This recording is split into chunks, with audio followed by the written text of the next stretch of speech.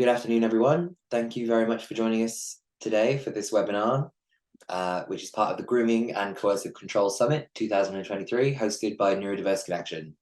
If you haven't heard of us before, Neurodiverse Connection is a community interest company that exists to elevate the voices of neurodivergent people to help them flourish and thrive. The Grooming and Coercive Control Summit is our first ever event series, so we're delighted that you've chosen to join us and be a part of this. Our aim for this summit is to start conversations, collate knowledge, and share lived experiences of grooming and coercive control. This is an issue that affects many lives, but is rarely talked about openly. We believe that challenging the stigma that surrounds it can help to accelerate change in this critical area. Before we start the session today, we have a few short housekeeping remarks. This webinar will be followed by a Q&A session. At Neurodiverse Connection, we are committed to promoting the use of neurodivergent affirming language. Our guide to neurodivergent affirming language is available on our resource library section of our website.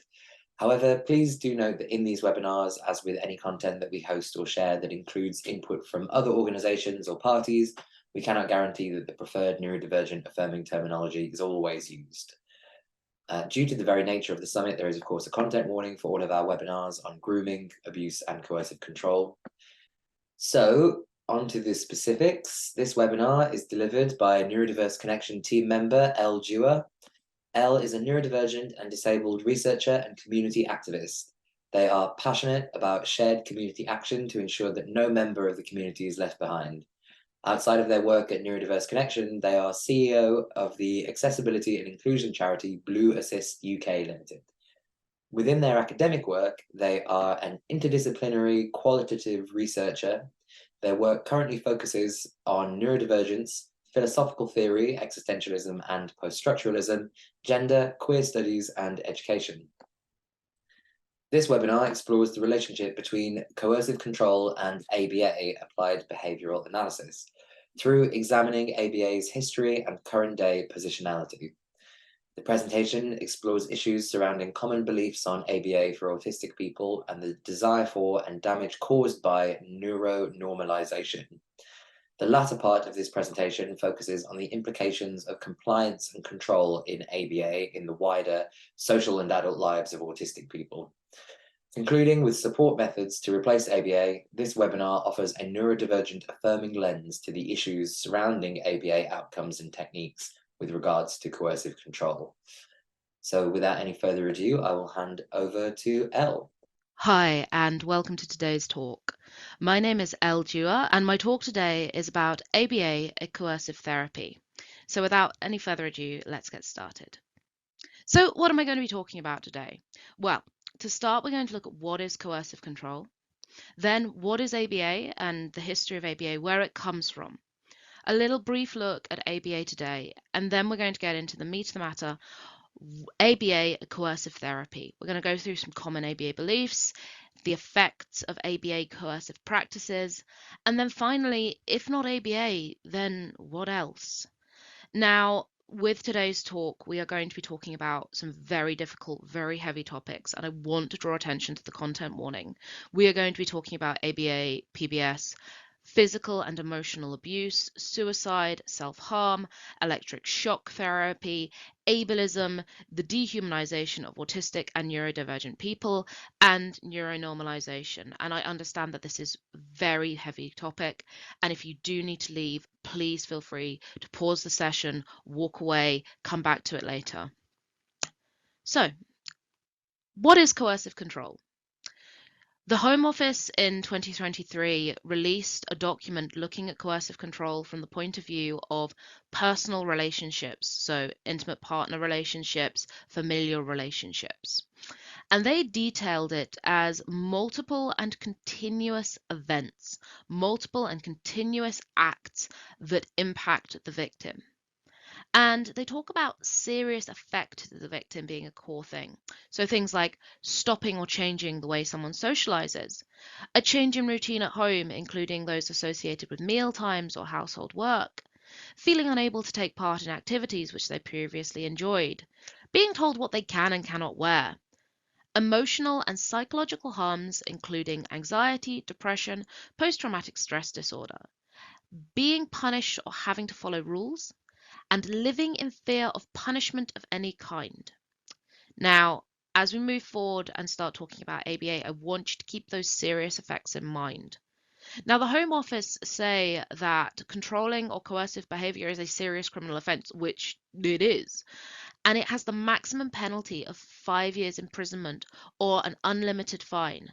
Now, as I say, please keep this in mind as we move forward. So, what is ABA? ABA stands for Applied Behavioral Analysis, and it's built on the ideas of the very famous behavioralist B.F. Skinner. And he argues, among with other behavioralists, that all thoughts and actions and emotions that we have are merely the effects of behaviors and the environments we find ourselves in. And he states basically that through operant conditioning, any behavior can be changed. And I say here the ubiquitous touch nose gummy bear of the child undergoing ABA, where they're told to touch their nose, and if they do, they get given a bit of gummy bear. So, what are the methods around ABA? Well, you start off with an antecedent. This is what happens before the behavior happens. What is the trigger for that behavior? Then you have the behavior itself. And then you have the consequence of that behavior, which may be positive or negative. So, touch nose, touches nose, gets gummy bear. Seems fairly simple so far. However, traditionally, there are physical punishment consequences for what is called maladaptive, though I would read deviant behavior. And we'll talk a bit more about that deviant concept later and that cult of normalcy. So traditional physical punishments could be anything from loud noises, hitting the child, lemon juice being squeezed into the child's mouth, very strong smells. These were all traditional punishments used in ABA. Now, the use of physical punishments fell out of favor in the 1990s as the rights of the child become more apparent and aversions become turned into restrictions, which means that a child's toys, favorite items, and activities are taken away rather than corporal punishment. And items are then returned for good behavior. The desired behavior means that the child gets their item back. And rewards can be given, such as food or praise. But when we think about praise within ABA, that in itself can be problematic in that it can come in the form of hugging, which, as many neurodivergent people will tell you, can be as horrific as that slap. So, what are unwanted maladaptive behaviors? Well, the early work in ABA back in the 60s and 70s listed two groups, and this has been continued into current practice and weaves its way through the literature to today. So the first is self-injurious or aggressive behavior. So this could be biting, hitting, chewing fingers, pulling hair, both for the person themselves and aggressive behavior towards the ABA therapist. And then the second group is self-stimulatory behavior. Twirling, playing with objects, flapping, rocking, moving inappropriately, which all feels an awful lot like stimming. And it is. This is talking about removing a very core part of being a neurodivergent person. And why should self-stimulatory behavior, such as flapping your hands or rocking or playing with objects, be removed? Well, in part, it was because Lovaas found it icky. And we'll talk a little bit about Lovaas in a minute. But don't take my word that he thought it was icky. Take his own words. While these behaviors do not possess the obvious physical risk associated with aggressive behavior, nevertheless, they are socially stigmatized and may decrease the client's responsiveness to educational instruction. They are socially stigmatized, and therefore we should remove them from a person. So what does this mean? No fidget spinners under ABA. Now, I say this quite flippantly, but fundamentally, that is what is being removed. The right to move your body in the way you choose. So where does all of this come from? I've mentioned Lovaas now, and he is a founding father of ABA. And he was working at the University of California, Los Angeles in the 60s and 70s. And they had this program that they were building, built on, as I say, the works of Skinner. And there were two core programs that ran side by side. One, which was spearheaded by Lovaas, which was the Young Autism Project, and a parallel project, which whilst he wasn't spearheading, he was involved in, called the Feminine Boy Project. The first worked with young autistic children, and the second worked with young boys who were at risk of developing homosexuality and transgender later in life. The first of these projects would become ABA. The second would become gay conversion therapy. The two projects had the same aim: to remove deviant behaviors such as little boys playing with dolls and autistic children flapping their hands, and they replace them with the socially acceptable, cisgendered, heteronormative, neurotypical, white Western idealized behaviors. And Gibson and Douglas 2018 show numerous times where Lovaas's work talks about the risk to Western ideals from homosexual boys and autistic children. But there were some core differences between the Feminine Boy Project and the Young Autism Project. And one of them was the clinical use of physical punishment. Now, I will stress that within the Feminine Boy Project, physical punishment was used at home by parents, but they decided to do it. It was not prescribed by the researchers and the academics working with the boys. It was decided at home.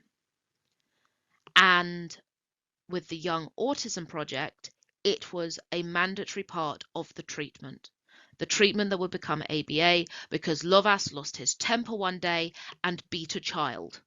And if you read the early papers, it is a lot more violent than if you read the things he was writing in the 80s and 90s. He justifies the fact that he hit an autistic child to make them stop self-injurious behavior, which leads us to the complete dehumanization of the autistic child. And don't take my word for it. Take Lovaas's word. You see, you start pretty much from scratch when you work with an autistic child. You have a person in the physical sense. They have hair, a nose, and a mouth, but they are not people in the psychological sense. One way to look at the job of helping autistic children is to see it as a matter of constructing a person. You have a raw material, but you have to build the person. You have to build the person.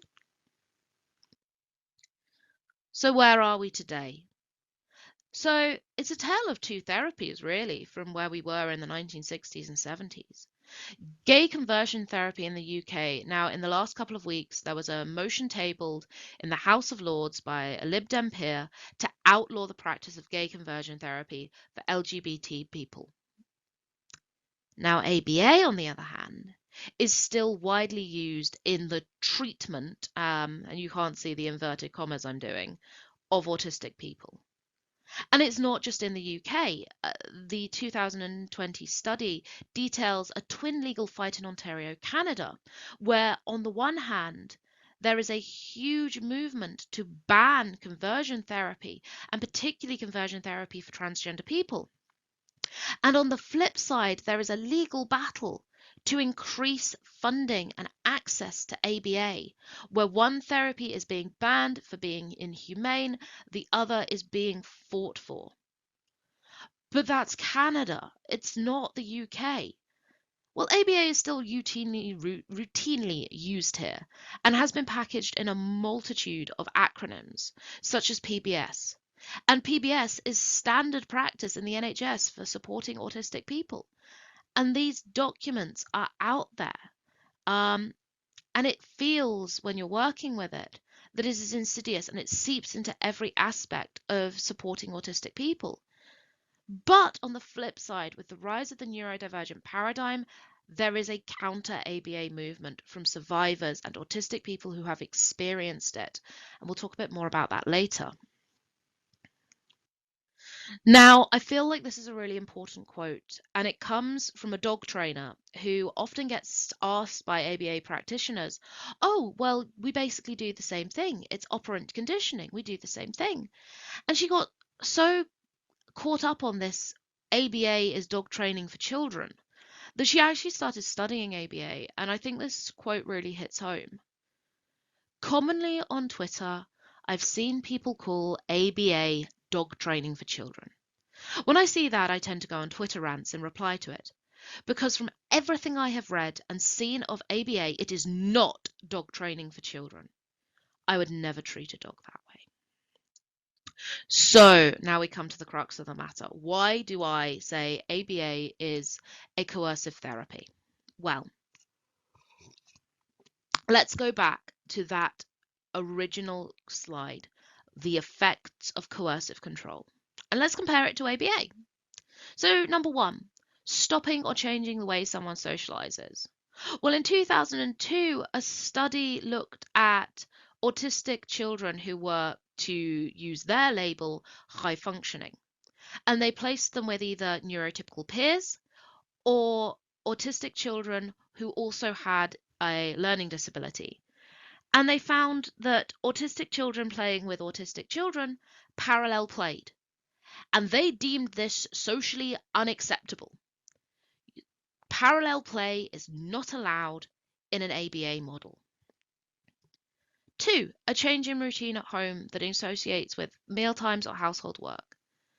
Well, ABA is a 40-hour-a-week process with parents as therapists. A child is constantly under observation. Feeling unable to take part in activities which they previously enjoyed. The aim to reduce stimming, or to remove stimming completely with ABA, which is vital for well-being. And I would ask everyone here to read Julia Bascom's 2012 blog, Quiet Hands, that details the sheer physical and emotional upheaval that comes from being taught not to stim. Being told what they can and cannot wear. Now, ABA is built on incredibly gender normative practices and promotes a kind of normality that doesn't really exist. Emotional and psychological harms, including anxiety, depression, post-traumatic stress disorder. A 2018 study found a link between PTSD and ABA when people had had ABA as children. 6. Being punished or having to follow the rules. Removal of favorite items or activities for maladaptive behavior, and let's not get started on physical punishments. Living in fear of punishment of any kind. Now, I'm going to draw on a quote from the Feminine Boy Project, and it reads, they did, however, note Carl's continuing his need for reassurance and support as evidenced by his suspicion of adults and his defensiveness. A child who had undergone ABA treatment was in need of reassurance and now suspicious of adults, living in fear of that next punishment for maladaptive behavior. At this point, I'd like to address some common ABA beliefs, and some of you in the room may be feeling very personally attacked by what I have said. And I understand completely. And this is why I want to start on the most common ABA belief. I want what's best for my child. For the most part, that is all parents want. They want to support their child. And some of this leaning towards ABA is that it is very well publicized. It spouts the only treatment is often said about it. But there are neurodivergent affirming support. It is available, but it is not well publicized, and it is not as readily available as ABA. Which leads to the fact that ABA preys on parents' fear. Throughout the literature, you recover with ABA, you become normal with ABA, or you face a lifetime of social isolation, rejection, and at worst, institutionalization. And we see this in promotional material such as the autism as a kidnapper.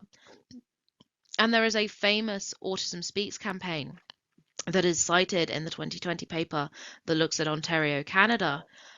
And it basically, billboards were put up with letters that said things akin to, your child will never speak to you, your child will never look at you, I've taken your child away, I've taken them, signed autism.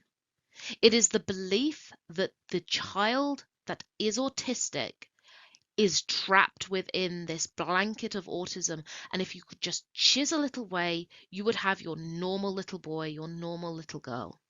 And this feeds into the myth of recovery and normalcy that is inherent in every aspect of ABA, making someone be perceived as normal.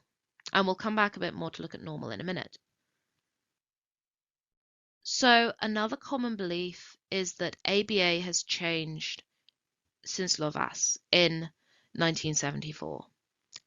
Well, the underlying ethos of normality remains in the literature. And when it comes to the physical harms that come to children who undergo ABA, in 2023, 36% of practitioners surveyed stated that physical harm had occurred during the session. Then we look at the shocking news that came out of America that a leading treatment center was using electric shock backpacks for maladaptive behavior. And why is this horrific abuse, if we call it what it is, justified? Well, maybe it's the fact that 60% of AB practitioners surveyed would want a cure for autism. And when we talk to autistic people, it is a very different picture. Autistic people do not want a cure for autism. And a 2022 survey found that 79%, over 5,000 autistic people surveyed, strongly disagreed with ABA for children. And 63% of those under 19, those people who would have undergone modern ABA, different ABA, said that they strongly disagreed with ABA for children. Which leads us to the final common ABA belief. ABA helps a child function normally. Well, if we go back to the statement that Lovas made that stimming affects a child's educational focus, well, actually a 2018 study found that stimming was not only critical for well-being, it improved educational focus. Stimming is needed for body subjectivity, to be able to feel grounded and connected with the world around us. We as neurodivergent people need to stim. And when you take away that stimming, when you mask autistic traits, you increase the risk of suicide. And it is worth noting that in the Feminine Boy Project, their poster child for these practices killed himself many years later at the age of 38, and his family put this down to the abuse he suffered as a child within the Feminine Boy Project. So Craig, the poster child, suffered for the rest of his life.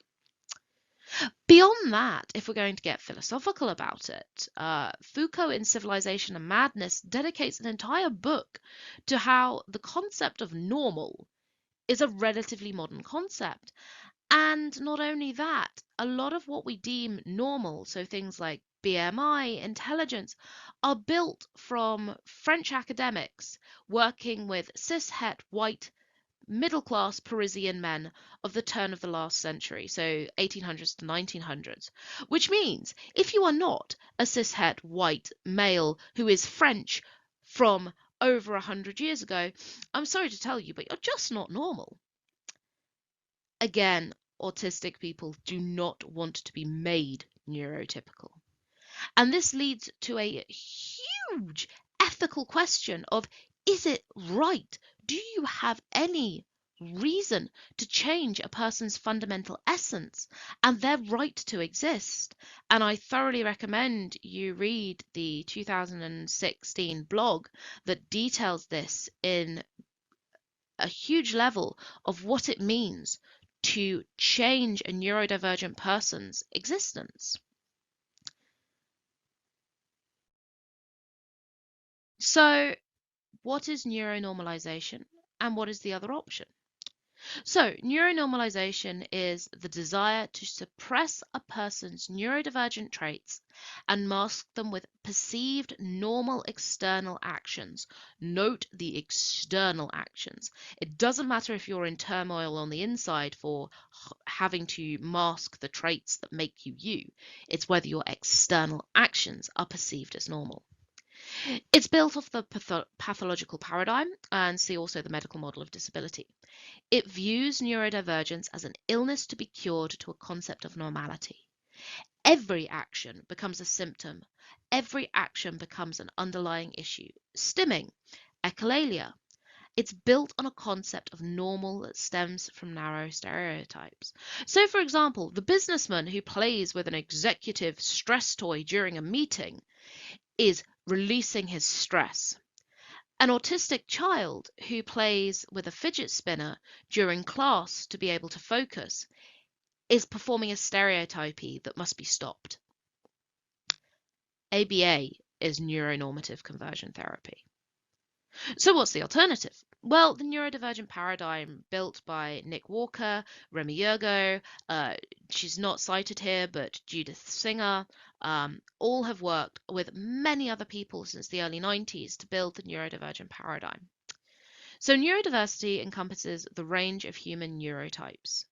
Neurodivergent people have a neurotype that differs from that which is most suited to the society in which they inhabit. And neurodivergence is an innate part of the person, and that should never be altered or forcibly changed.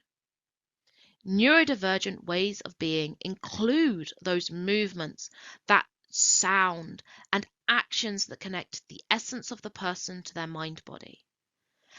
The child who flaps their hands is a happy child.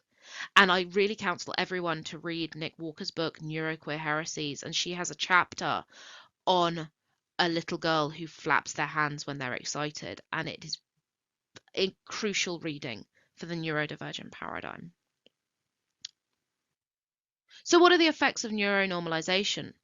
The loss of sense of self following ABA, PTSD, burnout, and suicide. And we go back to that poster child, Craig. We don't know what happened to the child, Beth, that Lovas beat until she obeyed. But we know that in the worst cases, suicide can follow from the effects of neuronormalization, masking and hiding the true neurodivergent self. But don't take my word for it. Take the words of a survivor of ABA. Quiet hands. I've yet to meet a student who didn't instinctively know to pull back and put their hands in their lap at this order. Thanks to applied behavioral analysis, each student learned this phrase in preschool at the latest. Hands slapped down and held to a table or at their side for a count of 3 until they learned to restrain themselves at the words. The literal meaning of the words is irrelevant when you've been abused, when you're being abused. You hold the child's hands down. You teach them to not express themselves. You teach them that their essence is wrong. So what are the wider impacts of ABA? You can't say no. There is a forced compliance. So we have the hand over hand technique. Now this fundamentally is where if somebody refuses to do something, you take their hand, you take their body and you move it yourself, hand over hand. And what does that teach? It teaches that your body is not your own, and even if you vocally and physically say no, you will be made to do something anyway. And I need to stress again that this is 8 hours a day, every day. And I'd like to draw your attention to these quotes from a former ABA practitioner who now campaigns against ABA therapy, which really stresses the concept of forced compliance. The child knows they cannot leave. The child knows they have to comply, be punished, or their body do the thing anyway. The child knows she must comply to earn her reward, or not comply, and eventually she will be made to do it anyway. The choice comes down to choose to comply or choose not to and be forced to anyway. The ultimate loss of body autonomy. Now, anyone who has studied psychology in any way, shape, or form will know the Siegelman 1972 project, Learned Helplessness, where they took dogs and they electrocuted the floor. And at first, the dogs would panic, but eventually they just lay down and gave up. They had learned helplessness. And this is what ABA teaches. Learned helplessness. You're going to do it anyway, so you might as well just give in. Now, you might be thinking at this point, okay, we're bringing in learned helplessness. It's a horrific study. Surely this is becoming too extreme a comparison. Except we go back to Gibson and Douglas in 2018, who talk about the electric floors at the University of California, Los Angeles, that talk about the early ABA, where electric floors were commonplace. And then we go back to Foucault and the panopticon. Now, the panopticon, for those people who haven't read Foucault's works in prison, is about an always watching power structure.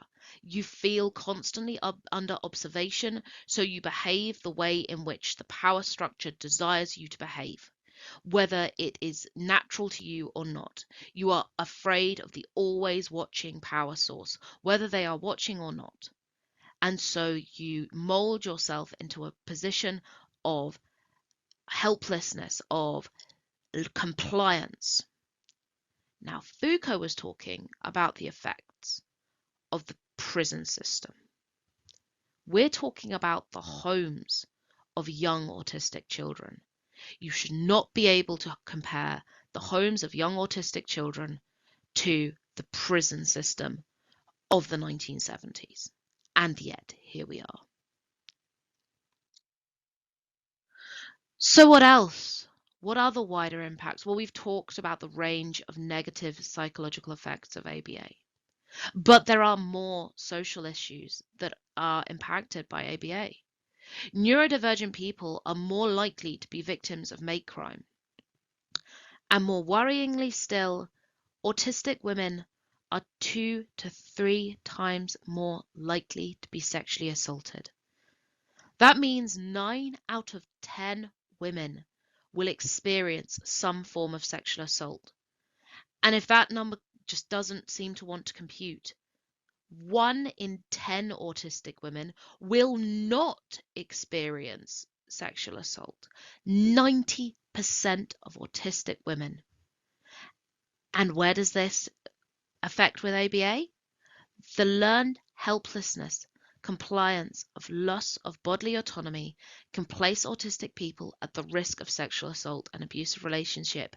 And Henny's 2023 dissertation talks a lot about how ABA puts you at risk of abusive, manipulative, and coercive relationships in your adult life, as you are taught not to say no. You are taught that regardless of what you physically and mentally want, it is those people in power and in positions of relationships that mean you cannot say no. So, if not ABA, then what? If we can't use ABA, and I have spent the last 31 minutes saying why ABA is a coercive and abusive practice, but so often it's the only option. But is it? Well, no, it's not.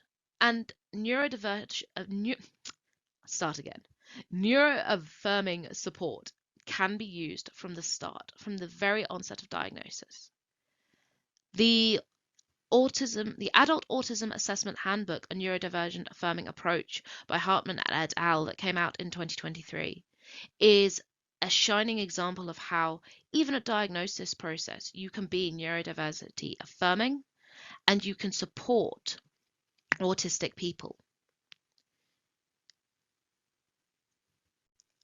The people who are writing this, so Hartman et al., are building a child autism handbook, and that's in development. They are also building other supportive tools. So what else can you do? Well, support for environmental issues. Don't teach the child to sit and suffer in silence through the flashing lights, the ringing bells. Offer support, offer headphones, offer a way out. And acknowledge neurodivergence. Look at the double empathy problem and the need to stim. And so, if not ABA, then what? And I want to draw heavily now, very much copy and pasted from an article that the father of the double empathy problem, Dr. Damien Milton, wrote in 2018. And he was looking at a critique of applied behavioral analysis. And if not ABA, then what? And he offers these pieces of advice on how to build a neurodivergent affirming support system. Take a holistic and person-centered approach, which therefore takes into account neurodivergent sensibilities, sensory perceptual differences, subjective accounts, cognitive therapy, and a social model of disability. Use the neurodivergent paradigm. Build an understanding and a communication between all involved. It is vital that if you have a therapy, it is supported by the autistic person. Enable environments to be more accessible. I have had so many meetings in coffee shops that have left me unable to function the next day. Build environments that people can work in. Reduce direct confrontation. Rejection sensitivity is huge in the neurodivergent community.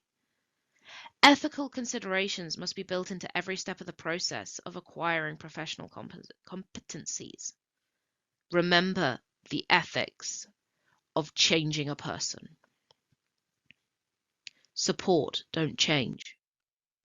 The use of dangerous restraint methods and forced seclusion should be seen as disciplinary offences. Support the person, don't restrict the person. Rather than focusing on perceived weaknesses and absence of skills, utilize strengths and interests. Do not make our specialist interests a pathology that has to be stopped. Use those skills, use those strengths. Neurodivergent perspectives must be built into every step of the process of acquiring professional competencies. We go back to that old chant, nothing about us without us. Build local expertise and community of practice. Draw upon multidisciplinary expertise and place the neurodivergent person at the center of consideration. It is vital that we build support that is neurodivergent affirming, that is coming from the neurodivergent community, and that supports us to be our authentic selves. That doesn't mean we mask for a cult of normalcy that doesn't exist. So, what have we learned today? Well, ABA stems from a practice of dehumanization and abusive practices. Current practices are rooted in that pathological paradigm that makes neurodivergence a disease to be cured. Autistic people do not want ABA for themselves or their autistic children. And ABA is built on coercive practices and is normalization conversion therapy. Coercive practices that are experienced in childhood have damaging effects on later life, including self-harm and suicide. Neurodivergent affirming support is available and needs to be more widely promoted and used. And so to finish, the take-home message. I always finish on a take-home message, and I try to keep them upbeat, But today I want us to leave this talk on a moment of remembrance. This is not just a theoretical debate on hypothetical ethics. ABA has and does affect countless young lives around the world. It would be easy to argue that the 1970s was a long time ago, but dehumanization and neuronormalization of autistic children has marred my generation of neurodivergence and the two that have come after. So for this take-home message, remember the victims of the Young Autism Project and the Feminine Boy Project. Remember Beth and Craig and Carl. Remember the countless nameless, faceless children. And if there is a take-home message, let it be the remembrance of the damage done by, and in some cases, lives lost to applied behavioral analysis. We're going to go through a couple of questions that came in during the presentation. So without any further ado, let's get on to the questions. So to question 1. The first question is, ABA helps people fit in. Why are you saying that it's a bad thing? So this comes back to the idea of what is normal, and this raises 2 points. 1, what is normal? And as I have said in the talk, normal is based around some very narrow concepts of white, middle-class European men. Often when there's an attempt to make neurodivergent people fit in, it is not about inclusion, it's often about normalization. This is often taken to a standard to which most neurotypical people are not beholden to. A shining example of this is businessmen sat clicking Newton's cradles to help them think. Now, this is a stimming behavior and should be, under ABA, stopped, but no one is calling the actions of a businessman a stereotypy. And this is where we really think about ABA teaching rigid norms that are often not in the best interest of autistic people, nor are they the norms that other members of society are held up to. You know, we go back to that businessman. He's not being held to the same standards as an autistic 5-year-old. And this takes us to point 2. ABA does not help people fit in. It helps people to mask their true selves. And I spoke a lot about the damaging effects of this masking in the presentation. But in masking those autistic traits to appear neurotypical, autistic people are at risk of burnout, depression, anxiety, self-harm, and even suicide. Now, there are therapies and support that exists to support the neurodivergent person.